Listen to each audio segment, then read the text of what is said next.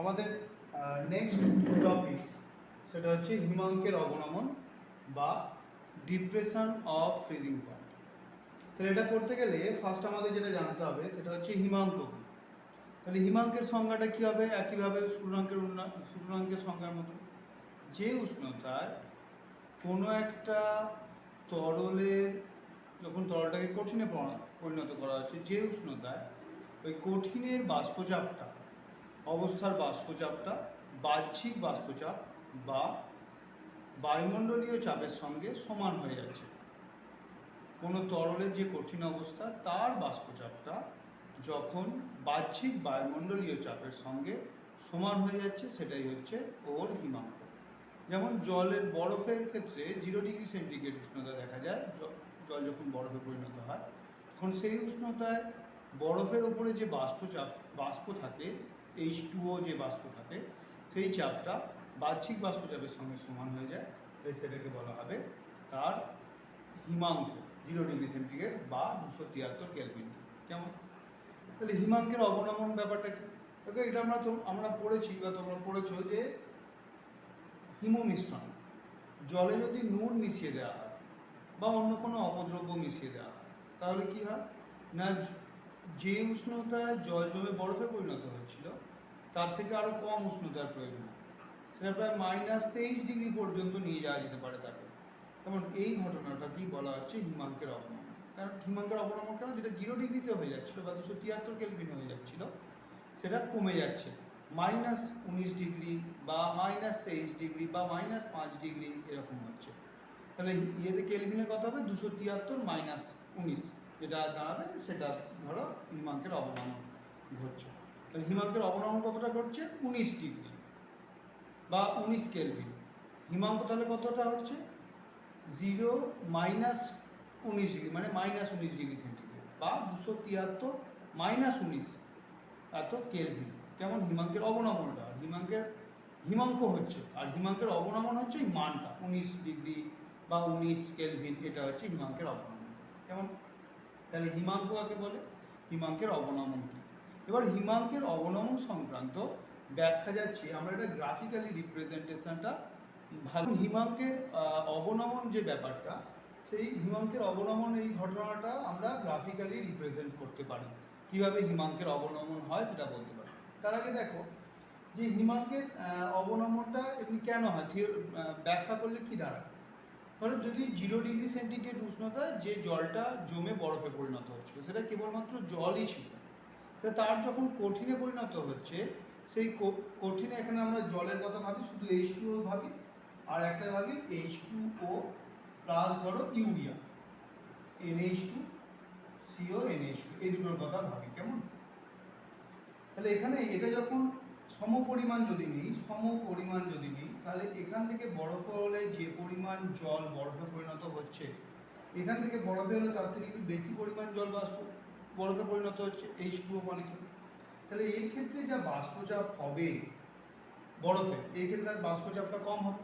এখন এর বাষ্পচাপটা দেখা যাচ্ছে 0 ডিগ্রি সেন্টিগ্রেডে বায়ুমণ্ডলীয় চাপের সঙ্গে সমান হয়, কিন্তু এর ক্ষেত্রে তো সেটা হবে না। তার কারণ কি? ওতে জলের অণুর সংখ্যা কম হচ্ছে। তাহলে তখন বাষ্পচাপ যদি সমান করতে হয়, তাহলে আরও বেশি পরিমাণ জলের অণুকে এর মধ্যে নিয়ে আসতে হবে, যার জন্য উষ্ণতাটা আরও কমাতে হয়। উষ্ণতা কমালে তবেই সেই বাষ্পচাপটা বাহ্যিক বাষ্পচাপের সঙ্গে সমান হয়ে যায়। ধরো সাপোজ সেটা -5 ডিগ্রি সেন্টিগ্রেডে দেখা গেল ওটা বাহ্যিক বাষ্পচাপের সঙ্গে সমান হচ্ছে, তাহলে এই -5 ডিগ্রিটা হচ্ছে এর হিমাঙ্ক। কেমন? এর হিমাঙ্ক হচ্ছে 0 ডিগ্রি, কিন্তু যেহেতু জলের পরিমাণ কম থাকছে, তাহলে বরফ যেটা তৈরি হচ্ছে সেখানে জলের অণুর সংখ্যা কম, তার বাষ্পচাপটাকে যদি বাহ্যিক বায়ুমণ্ডলীয় চাপের সঙ্গে সমান করতে হয়, তাহলে আরও বেশি পরিমাণ জলকে কঠিনে পরিণত করতে হবে, যার কারণে উষ্ণতা আরও হ্রাস করাতে হয়। সেই কারণেই হিমাঙ্কের অবনমন। এই ব্যাপারটা দিয়ে দেখো বোঝানো যায় না। তাহলে প্রথমে যেটা আমরা নীল কালি দিয়ে লিখেছি, ব্লু কালি দিয়ে লিখেছি, সেখানে দেখো পিওর সলভেন্ট মানে বিশুদ্ধ দ্রাবক নিয়েছি। সেটা এই এ থেকে বি পয়েন্টে আসছে। বি পয়েন্টটা কি না, বি পয়েন্টটা হচ্ছে যেখানে কঠিন এবং তরল একই সঙ্গে অবস্থান করছে। এই বি এর এদিকটা হচ্ছে পিওর সলিড, আর এটা হচ্ছে পিওর তরল, আর কি তরল অবস্থা, এই মাঝখানটা যে তরল এবং কঠিন একসঙ্গে অবস্থান করছে, মানে তরল কঠিন হতে আরম্ভ করছে, এবং এটা হচ্ছে পুরোপুরি কঠিনে পরিণত হয়েছে বি থেকে সিটা। তাহলে এই বি পয়েন্টটাকে আমরা বলবো ওর freezing point, F for freezing point, মানে ওর হিমাঙ্ক। বি পয়েন্টটাকে আমরা পিওর সলভেন্টের ক্ষেত্রে তার ফ্রিজিং পয়েন্ট বা টি এফ বা স্ফুটনাঙ্ক বলবো। কারণ কি, আগের সংজ্ঞা অনুযায়ী আমরা কি পাই না, যে উষ্ণতায় কোনো একটা তরল কঠিন হতে আরম্ভ করে এবং তার সমগ্র অংশটা কঠিনে পরিণত হওয়া না পর্যন্ত যদি উষ্ণতা স্থির থাকে তাকেই বলা হচ্ছে স্ফুটনাঙ্ক। তাহলে আমি এটা থেকে বলতে পারি এটাও স্ফুটনাঙ্ক, বা এটাও বলতে পারি যে এই উষ্ণতাটাতে এই কঠিন আর বাহ্যিক চাপের, কঠিনের বাষ্পচাপ এবং বাহ্যিক চাপ সমান হয়ে যাচ্ছে। কিন্তু এখন যখন সলিউশনটাকে আমি এখানে নিয়ে আসবো, দেখো প্রাথমিক অবস্থাতেই বাষ্পচাপ, কিন্তু আমরা এদিক থেকে গ্রাফটা করছি, কিন্তু আগেরটা ছিল এইভাবে, গ্রাফটা এইভাবে ছিল, তাই না? আমরা বাঁ দিক থেকে ডান দিকে তুলেছিলাম, এটা কিন্তু নিচে আসবে, কারণ ওপর থেকে নিচে নামবে, কারণ কঠিনে পরিণত হচ্ছে মানে বাষ্পচাপ কমছে। তাহলে বিশুদ্ধ দ্রাবক অপেক্ষা দ্রবণের বাষ্পচাপ এমনি কম হয়, তাই ওই জন্য এটা নিচে থেকে আরম্ভ করেছি একই উষ্ণতা। তাহলে এর যখন যত উষ্ণতা কমাচ্ছি বাষ্পচাপ কমছে, এবং ঠিক এই পয়েন্টে দেখো, এই পয়েন্টে কিন্তু ওর বাষ্পচাপটা বাহ্যিক চাপের সঙ্গে সমান কম আছে। তাহলে কোন সময় গিয়ে ওর বাহ্যিক চাপটা, ওর বাষ্পচাপটা মানে দ্রবণের বাষ্পচাপটা বাহ্যিক চাপের সঙ্গে সমান হচ্ছে, সেটা হচ্ছে এই বি ড্যাশ পয়েন্টটা, যেটা এখানে কঠিনে পরিণত হয়ে গেছে। আর এর ক্ষেত্রে জলটা কঠিনে পরিণত হচ্ছে কখন, এই জায়গাটা, এই পয়েন্টটা। তাহলে এই পয়েন্টটা অনুযায়ী গিয়ে এখানে কি হচ্ছে না, এই কঠিনের যে রেখাটা তার সঙ্গে মিলছে।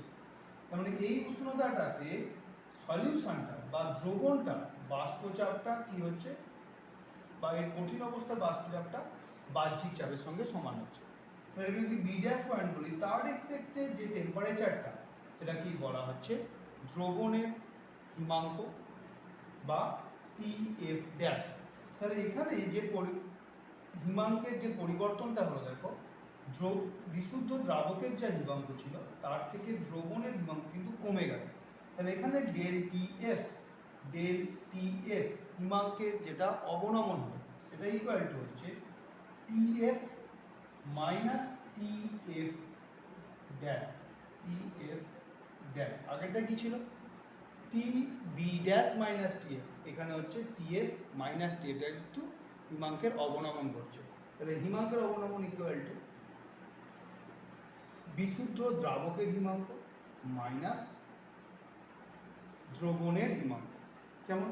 তাহলে এই হচ্ছে হিমাঙ্ক কাকে বলে, হিমাঙ্কের অবনমন কি, আর হিমাঙ্কের অবনমন সংক্রান্ত গ্রাফ, সেখান থেকে একটা রিপ্রেজেন্টেশন যে হিমাঙ্কের অবনমন দ্রাবকের হিমাঙ্ক আর দ্রবণের হিমাঙ্ক। এবার আমরা চলে যাচ্ছি রাউল্টের সূত্রতে। একইভাবে যেমন স্ফুটনাঙ্কের উন্নয়নের ক্ষেত্রে আমরা পড়েছিলাম, তেমন এখানেও তাই। তাহলে দ্রাবকের ক্ষেত্রে দেখো, দ্রবণের ক্ষেত্রে রাউল্টের সূত্র কি, প্রথম সূত্র দ্বিতীয় সূত্র।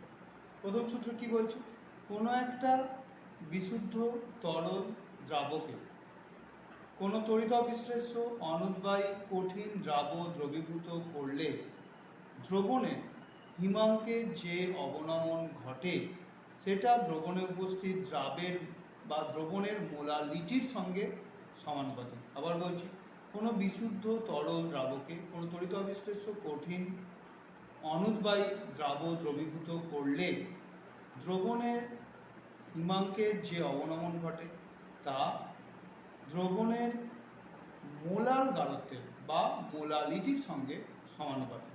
তাহলে কি দাঁড়ালো,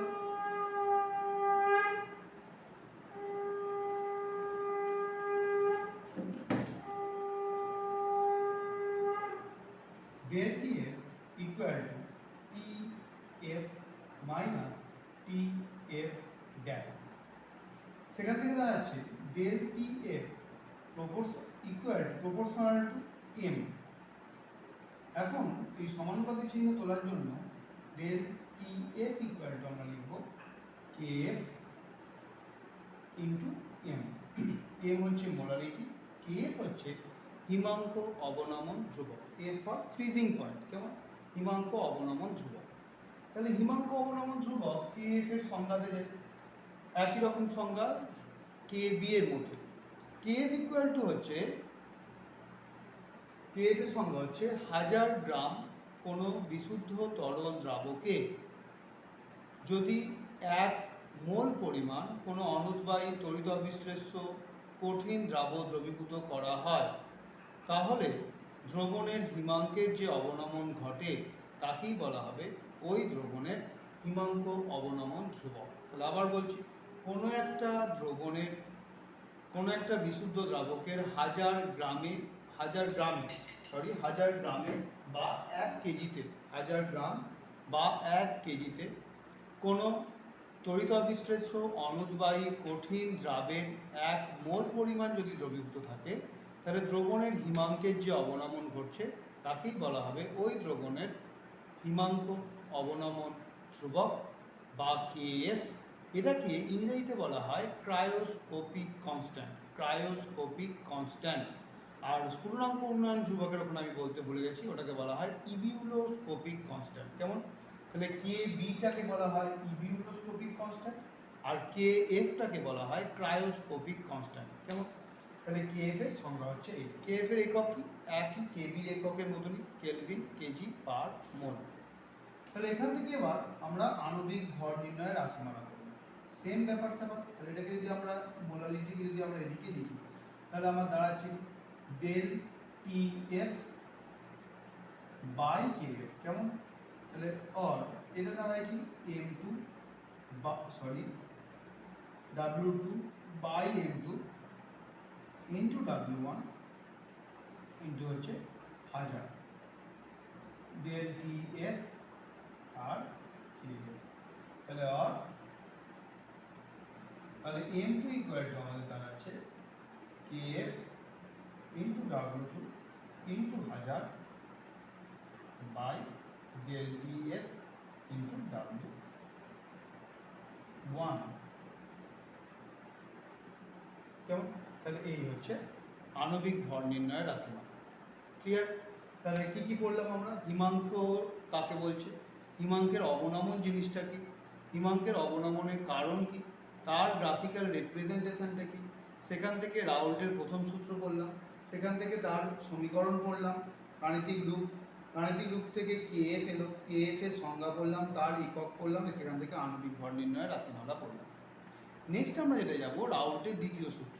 একই সূত্র, কে বয়লিং পয়েন্টের মতন, দুটো পাত্র আছে, তাতে একই পরিমাণ আমরা কোনো বিশুদ্ধ দ্রাবক নিয়েছি, যে তাতে 1 মোল পরিমাণ তড়িৎ অবিশ্লেষ্য অনুদ্বায়ী কঠিন দ্রাবক এ মিশিয়েছি, 1 মোল পরিমাণ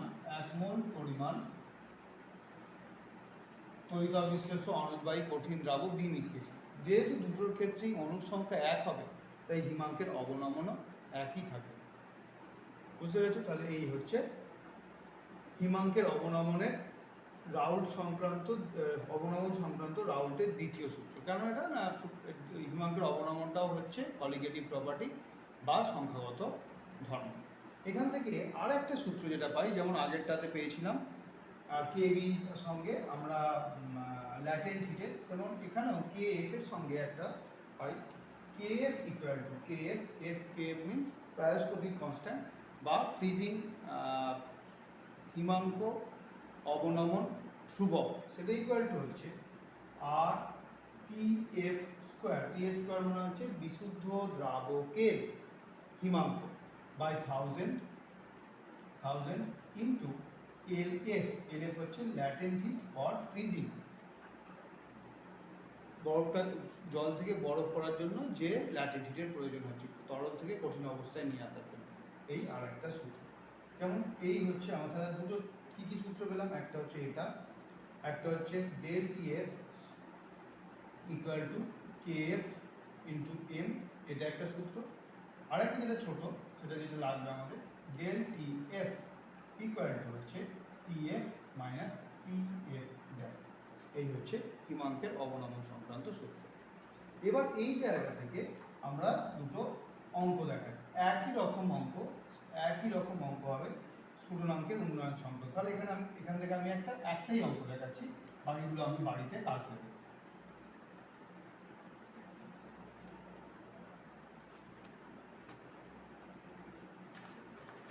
দেখো এখানে একটা অঙ্ক দিয়েছে, কোনো দ্রবণের হিমাঙ্ক -34°C। দ্রবণের হিমাঙ্ক মানে TF ড্যাশ এটা বলে দিয়েছে -34°C। তাহলে কেলভিনে গেলে কি হবে 273 -34 এত কেলভিন। এবার বলেছে যেখানে 50 centimetre cube ethylene glycol, 50 centimetre cube মানে ভিটা বলে দিয়েছে 50 সেন্টিমিটার কিউব। কি বলেছে ইথিলিন গ্লাইকল, আর সংকেত হচ্ছে CH2OH সিঙ্গেল বন্ড CH2OH, এটা হচ্ছে ইথিলিন গ্লাইকলের সংকেত। আণবিক ভর তাহলে কত হবে দেখো 24 প্লাস 6টা হাইড্রোজেন 6 প্লাস অক্সিজেন 16 করে 32, কেমন? তাহলে এটা হচ্ছে দেখো 62, কেমন? এই হচ্ছে ইথিলিন গ্লাইকলের আণবিক ভর। বলেছে এটা ইথিলিন গ্লাইকল 50 গ্রাম জলে দ্রবীভূত আছে, তার মানে W1টা বলে দিয়েছে 50 গ্রাম। আর কি বলেছে আদর্শ ব্যবহার করে ধরে নিয়ে ইথিলিন গ্লাইকলের ঘনত্ব নির্ণয় করো। D of CH2OH এর হোল 2 এটা বের করতে বলেছে, কেমন?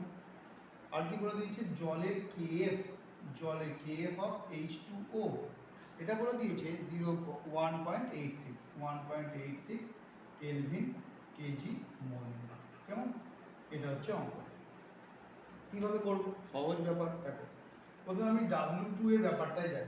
W2 কিভাবে পাবো আমরা? দেখো D ইকুয়াল টু, ঘনত্বটা আমাকে বের করতে হবে তো, D equal to W2 by V, ঠিক আছে? ভর বাই আয়তন, এখানে ভরটা W2 হিসেবে ধরে নিলাম, ইথিলিন গ্লাইকলেরই ভর লাগবে, আমাকে ওর ঘনত্ব বের করতে বলেছে। তাহলে এখান থেকে আমরা পেয়ে গেলাম, দেখো ভিটা বলে দিয়েছে তো, V equal to W2 by D পেয়ে গেলাম, বা উল্টো দিক থেকে আমরা এটাই থাকি D equal to W2 by V, এটা পেয়ে গেলাম, কেমন? এটা পেয়ে গেলাম। এবার সেটাকে আমাকে ফর্মুলাটায় কাজে লাগাতে হবে। তাহলে এখানে জলের, এটা বলেছে দ্রবণের স্ফুটনাঙ্ক হচ্ছে, তাহলে এখানে দ্রাবক হচ্ছে জল, তাহলে TF টা কত হবে? TF হচ্ছে 273 কেলভিন। তাহলে ডেল TF টা কি দাঁড়াচ্ছে? ডেল TF টা দাঁড়াচ্ছে দেখো 34 দাঁড়াচ্ছে, তাই না? পার্থক্যটা তো, তাহলে 34 দাঁড়াচ্ছে ডেল TF টা। তাহলে ডেল TF এইটা আমাকে বের করতে হবে। ডেল TF ইকুয়াল টু আমরা কি পাই? KF ইন্টু মোলালিটি, সে জায়গায় আমরা কি লিখতে পারি? W2 বাই M2, কেমন? ইন্টু W1 ইন্টু হচ্ছে 1000। কেন W1 1000 বললাম না? W1টা 50 গ্রামে আছে। KF এর এখান থেকে আমরা কি পাচ্ছি? অর।